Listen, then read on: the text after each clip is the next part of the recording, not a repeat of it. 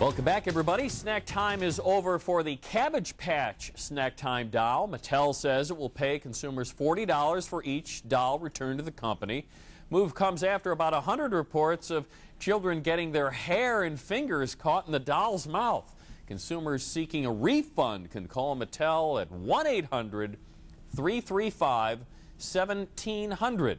And just in case you didn't get that phone number, we'll pass it along to you again in just a few minutes. And Dairy Queen is recalling thousands of toy water batons given out with its kids' meals. The chain says that if a child puts the baton's end in its mouth and the cap can come off, releasing several small, tiny plastic balls. The toys were handed out from June through October of last year. They can be returned to local stores in exchange for a free kids' meal or an ice cream sundae. And there you see a number to call, 1-800-956-9565 if you'd like to speak with someone. Hey, so North Carolina school kids think that they have been gypped on chips. That's right. Third graders at Central Elementary School in Wadesboro decided to sharpen their math skills now by counting every chip in a Chips Ahoy bag right here. Now, the Nabisco advertises 1,000 chips on every bag. It says right on the bag 1,000 chips. Yeah. The kids found only about half that number now. That's right, but the folks in Nabisco are not going to let their cookies crumble. In fact, they are sending in a team of so-called cookie technicians. They will appear at an assembly today to count those chips with the kids, and we decided to track down these cookie critics. Joining us this morning by phone, Ann Smith of Nabisco and George Truman, who is the principal of the school. George, we'll speak with you first. Thank you, first of all, for your time. Sure. George, first of all, what were you trying to teach the children in counting these cookies in the first place? The entire activity is a derivative of a character program that we've started this year where we are studying certain character traits. And during October, we were studying honesty and trustworthiness. And when our guidance counselor saw the bag that said 1,000 chips per bag, she decided to check it out. And so she brought bags of chips for all the students to school, and third graders counted the chips. But unfortunately, we didn't count 1,000 chips per bag when we counted. Now, I've been looking at these cookies, and some of the chips are smaller, some larger. Did you have a hard time, I guess, counting what a chip actually was? That's correct, and we did what was known as a surface count. We simply counted the chips that we could see on the top and the chips that we could see on the bottom, and totaled them up and assumed that that would be a close approximation to the number. Well, let's bring Ann Smith from Nabisco in to this conversation and find out if that assumption is a fair one. Ann, thanks a lot for being with us. Ann, how do you count chips in a cookie? Hello. There you go, Ann. How are you? Hi. In case you didn't hear the question, we're wondering how, in fact, do you count chips in a cookie? Do you do the surface count, or do you tear the thing apart? Well, what we do at Nabisco, and what we're going to show the children here today, is a cold wash method. And basically, you put a bag of the Chips Ahoy cookies in a colander and run cold water over the cookies to melt away the cookie dough. And that will expose all the chocolate chips within the cookie and wash away the dough. And then from there, you can count all the different chocolate chips. Hey, Ann, this is a huge controversy, so I want to end it right now in Cleveland, Ohio, before you get to the school students. Okay. It says in the bag 1,000 chips in every bag. Is there actually 1,000 chips in every bag? There's actually, in most bags, more than 1,000. We do take that precaution and do put in slightly more than 1,000 chips just to, make sure that there is no possibility that we would come up short. How often is Nabisco challenged on this? And I bet this isn't the first time. Well, we've had this claim for a little over 4 years now, and more so than a challenge, we find that teachers utilize that claim to teach math in a very fun way around the country. We've been sent lesson plans, and we know of professors in Connecticut that use it to teach standard deviation to their engineering students. So it's really been taken beyond, the basic counting of chocolate chips. And, so it's a lot of fun. Thank you, and I'm glad you guys are having fun with this too. Oh, thank you. And we're eating chips this morning. So. Yeah, we got some cookies to boot. So. Milk and cookies, that's great. That's right. George Truman, thank you for your time as well. He's in the background with the other phone there. All right, have a great time, and we hope the kids learn something out of all this. Well, they're certainly very excited about it, and we have done quite a bit with this, and the kids are learning a lot. All right. Have fun, and there's some scholarship money too involved, so the kids will be counting later and do creative things to get some scholarship dough. To count, speaking of dough, Your turn to talk, and I'm going to eat. If you can imagine heading off to school in the morning and ending up in Japan, believe it or not. Oh, now it's my turn. Well, that is the daily trek for students at Brush High School. Fox 8 News reporter Lori Vick is around town with these jet-set students in South Euclid, and they're learning some lessons of their own this morning, right, Lori? That they are, and I'm learning some lessons too. The first thing you do is when you go into Japanese class, you take your shoes off.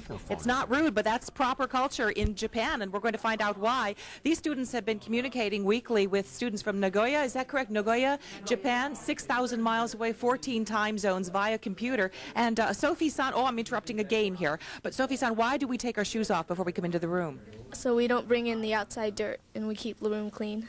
Very important in Japan. Every room that you go into is that way, every home, business, and that's why when you go into many Japanese restaurants, they have an area where if you go and sit at a particular area, you do take your shoes off. Well, the culture of Japan is one of the things the students are learning here, and they're also learning how to write, which has got to be a difficult task, and I'm going to interrupt Ari-san. Always san at the end of a name. You're laughing at me, is that, but I picked that up, right? San is for, yes. Like Mr. in case of man, and a Mrs. or Miss for in case of a woman. In case of a woman, okay. And Ari-san, I'm going to talk to you because we're running out of time a little bit later on in our show, but Bill, this is for you. The students are playing some games, Japanese games here. I found one just for you, Bill. This is how to become a sumo wrestler. Oh, wonderful. And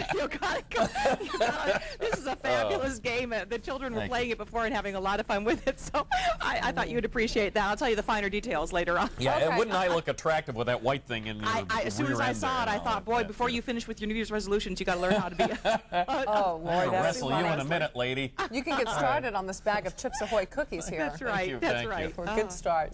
That's funny. Time right now is 8:28, 21 degrees outside. A big get-well message from a bunch of little friends coming up. Plus, why motorists in Middlefield are raising a stink about their messy roads.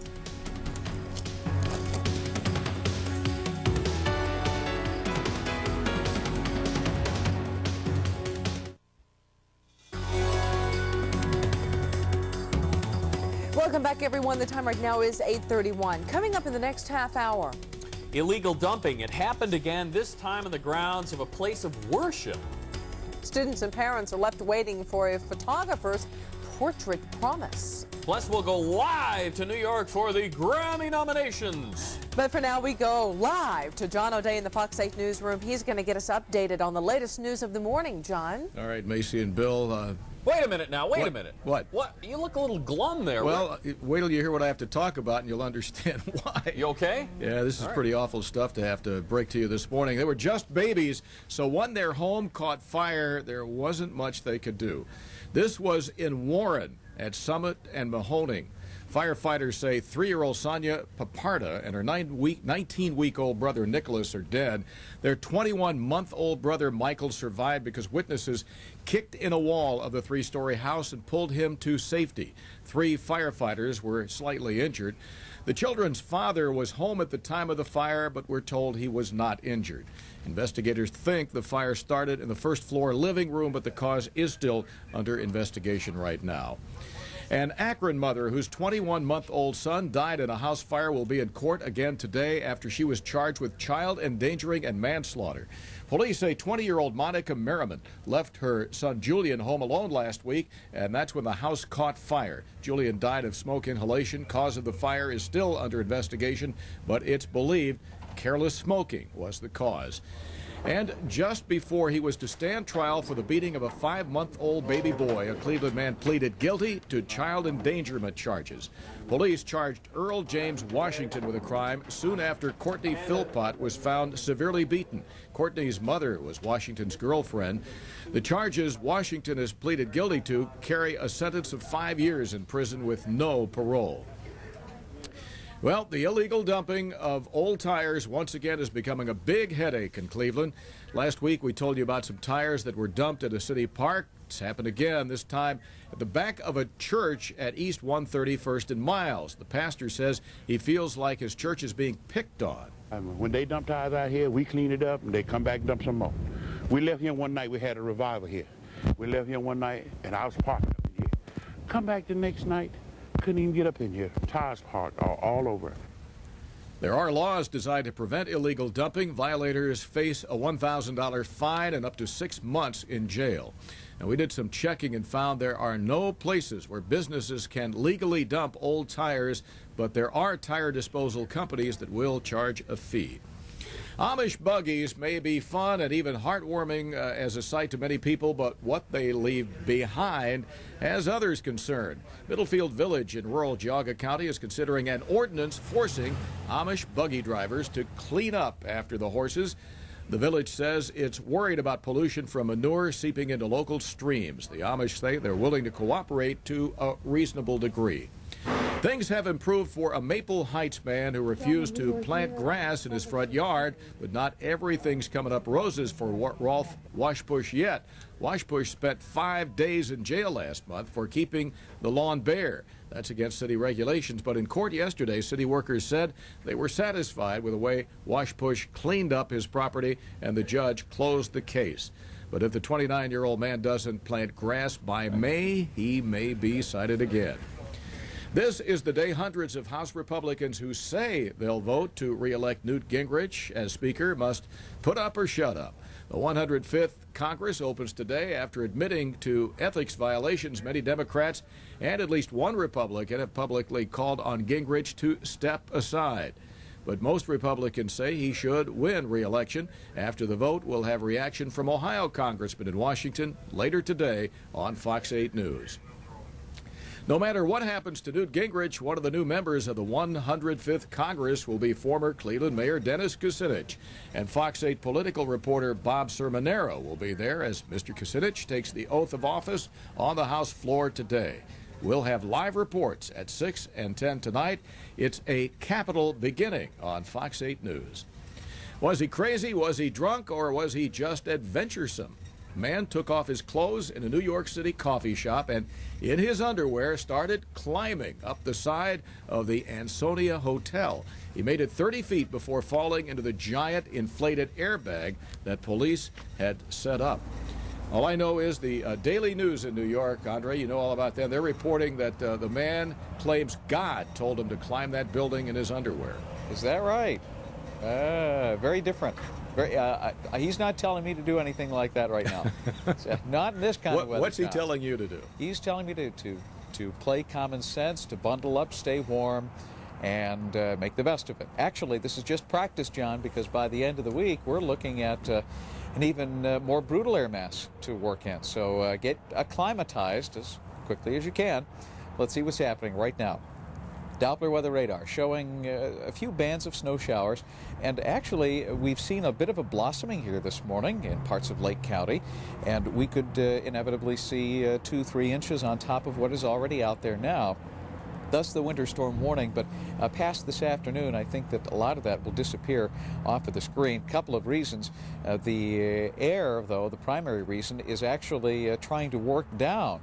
And it's almost like a giant hand preventing from those clouds to get or grow too large and therefore get out of control. It's not going to be an out-of-control weather scenario. Snow showers gradually coming to an end later tonight. Otherwise, snow showers northeast and a mix of clouds and sunshine away from Lake Erie. 25 today, 30 tomorrow with partly cloudy skies. Partly cloudy Thursday. Snow comes in Friday, and then a big Arctic blast, it looks like, for the weekend.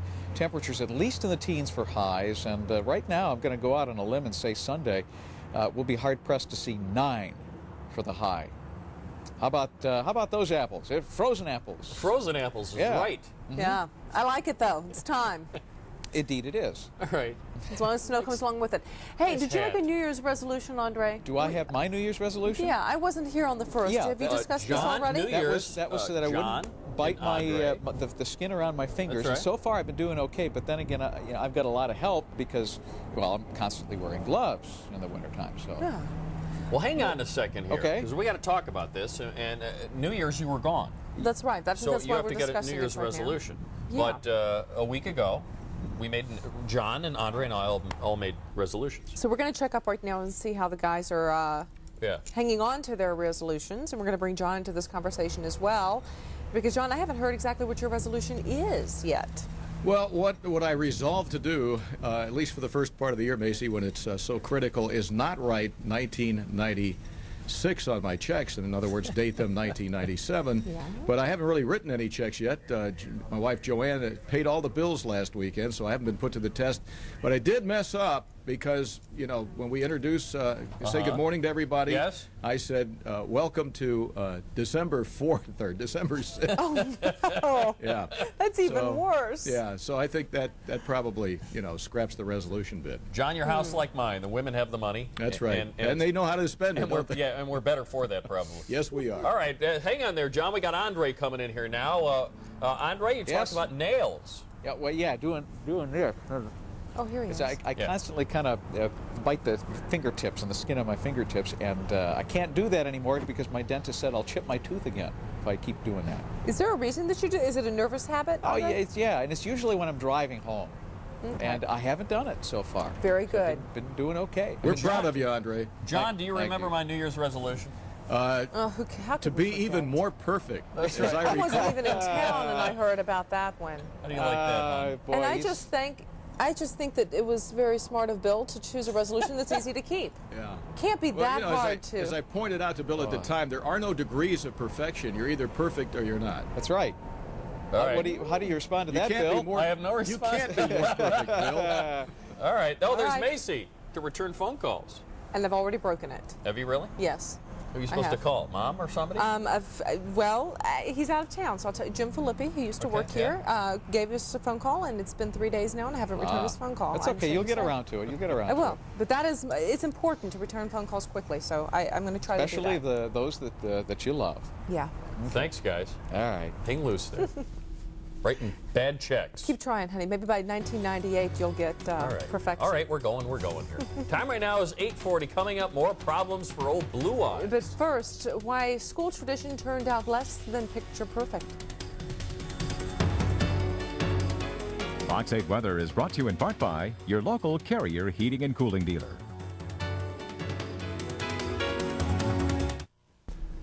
Yeah, it's the moment the music industry's been waiting for. That's right, the 39th annual Grammy Award nominations are being announced right now. Let's go live to New York and listen in. David Tony Braxton for You're Making Me High. Whitney Houston for Exhale, Shoop Shoop. Tamia for You Put a Move on My Heart. In the category of Best Rap Solo Performance, the nominees are Busta Rhymes for Woo Ha, Got You All in Check.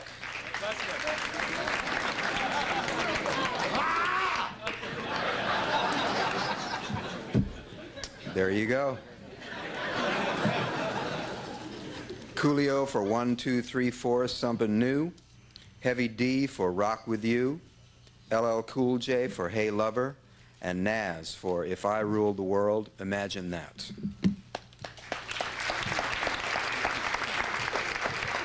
Good morning. In the category of Best Musical Show Album, the Grammy goes to the album producer and to the lyricists and composers of over 50% of a new score. The nominees are Bring in the Noise, Bring in the Funk, James P. Nichols, producer, Ann Duquesne, Reg E. Gaines, and George C. Wolfe, lyricists, Ann Duquesne, Zane Mark, and Daryl Waters, composers. A Funny Thing Happened on the Way to the Forum, Phil Ramone, producer. Rent, Arif Mardin and Steve Skinner, producers, Jonathan Larson, composer and lyricist. Riverdance, Bill Whelan, producer, composer, and lyricist. And Victor Victoria, Thomas Z. Shepard, producer. In the category Best Country Album, the Grammy goes to the artist and album producer if other than the artist. And the nominees are Brooks and Dunn for Borderline, Kix Brooks, Don Cook, and Ronnie Dunn, producers. Vince Gill for High Lonesome Sound, Tony Brown, producer. Patty Loveless for The Trouble with the Truth, Emery Gordy Jr., producer. Lyle Lovett for The Road to Ensenada, Lyle Lovett and Billy Williams, producers. Trisha Yearwood for Everybody. There are the Grammys taking place right now. All the nominations coming up. Right before we actually went live to them, they were talking about the pop female artist. Celine Dion was nominated, Tony Braxton, Gloria Estefan, and that's all we heard. Yeah, I'm sure we'll have everything coming up at noon and then 5 o'clock too, so you can tune in and see if your favorite artist has been nominated for a Grammy. Yeah, usually they're pretty good guesses. Yeah. We'll be right back. Stick around. 1, 2, 3, 4. Get your body on the blaze. I got to get. Well, disappointed kids and irate parents. That's what one Cleveland school is dealing with after annual school pictures were paid for and then not delivered. But Fox 8 News consumer reporter Valerie First explains this story may have a glossy finish after all. Almost 100 students at Wilson Middle School paid for their school portraits. Were promised they'd be delivered by Christmas break. Are still waiting after the new year. I wanted my daughter pictures because I gave her the money for it. And for them to do something like that is wrong.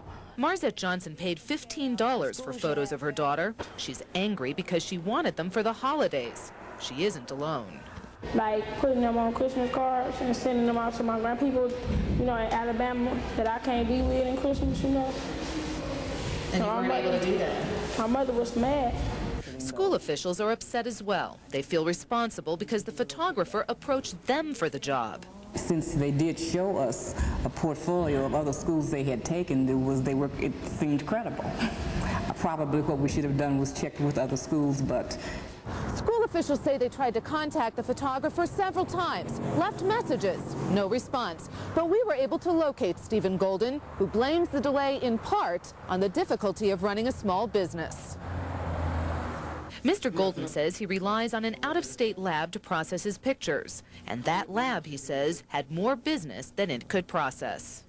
So they got 2 to 3 weeks behind in their production schedule. And then the second thing they did was they refused any other film. All right, not trying to hurt the photographer. They just, I guess, did the best that they could for the Christmas holiday. Golden believes there was a breakdown in communication, but his tardiness notwithstanding, he says the finished product should be picture perfect. Valerie First, Fox 8 News in Cleveland. Now, the photographer says he spoke with the lab yesterday and promises the pictures will be at the school in 2 weeks. We'll keep you updated. A Bedford Heights officer shot in the line of duty gets a big get well from some small admirers. That's right. Officer Robert Moore is still recovering from 2 gunshot wounds he suffered last week. Moore is well known as a DARE officer at Columbus Intermediate School. News of his shooting gave students a real scare, so they got together and wished him well. And I was very worried too. I just hope he gets well soon and comes back and teaches DARE again. Yesterday, the kids from school made more get-well cards, plus a personal video greeting as well. Must mean a lot to him. Yeah, it will be. Yeah. Time right now is 8:50. Don't go away. Andre is here with one last look at the frigid forecast for this morning. But first, let's check in with Lori Vick. She's around town getting a lesson from kids who are a world away.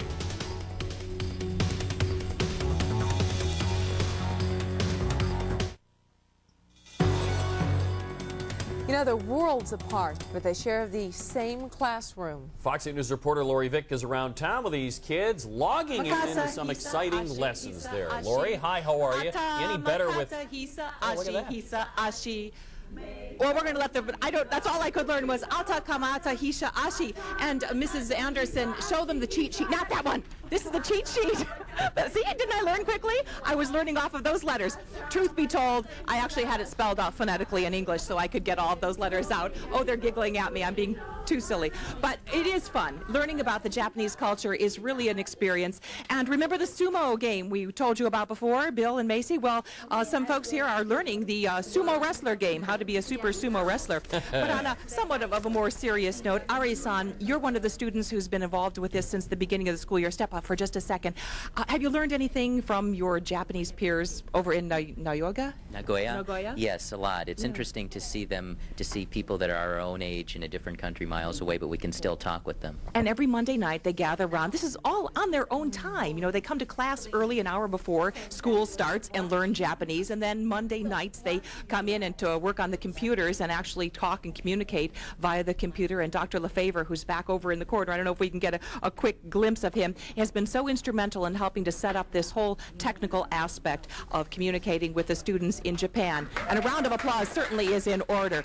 But on to some of the most important things I've learned here today, how to become a sumo wrestler. And Tim-san, what's the key to this game here? The key here, from what I understand, you throw the dice and you have to become a sumo wrestler. Yes. You could lose a turn, you can get in trouble, and again lose a turn, go back. You can get scared, but Oh, never be afraid. no. But it's the point is to get to the sumo. To get to the sumo. To win. And win, and then you become a sumo. Do you have to wear those diapers? Combate. Oh, not yet, not yet. They don't. The diapers are coming. They're on their way. Kay McMillan, who is the cultural liaison here and helping out, is giggling, but she's going to be providing kimonos and perhaps diapers for the sumo wrestlers if the students win this